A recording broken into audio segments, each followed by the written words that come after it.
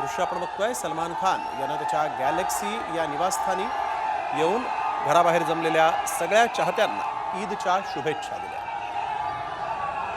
सलमानकडून ईदच्या शुभेच्छा घेण्यासाठी म्हणून मोठ्या प्रमाणात त्याचे चाहते त्याच्या गॅलेक्सी या इमारतीबाहेर गर्दी करून असतात।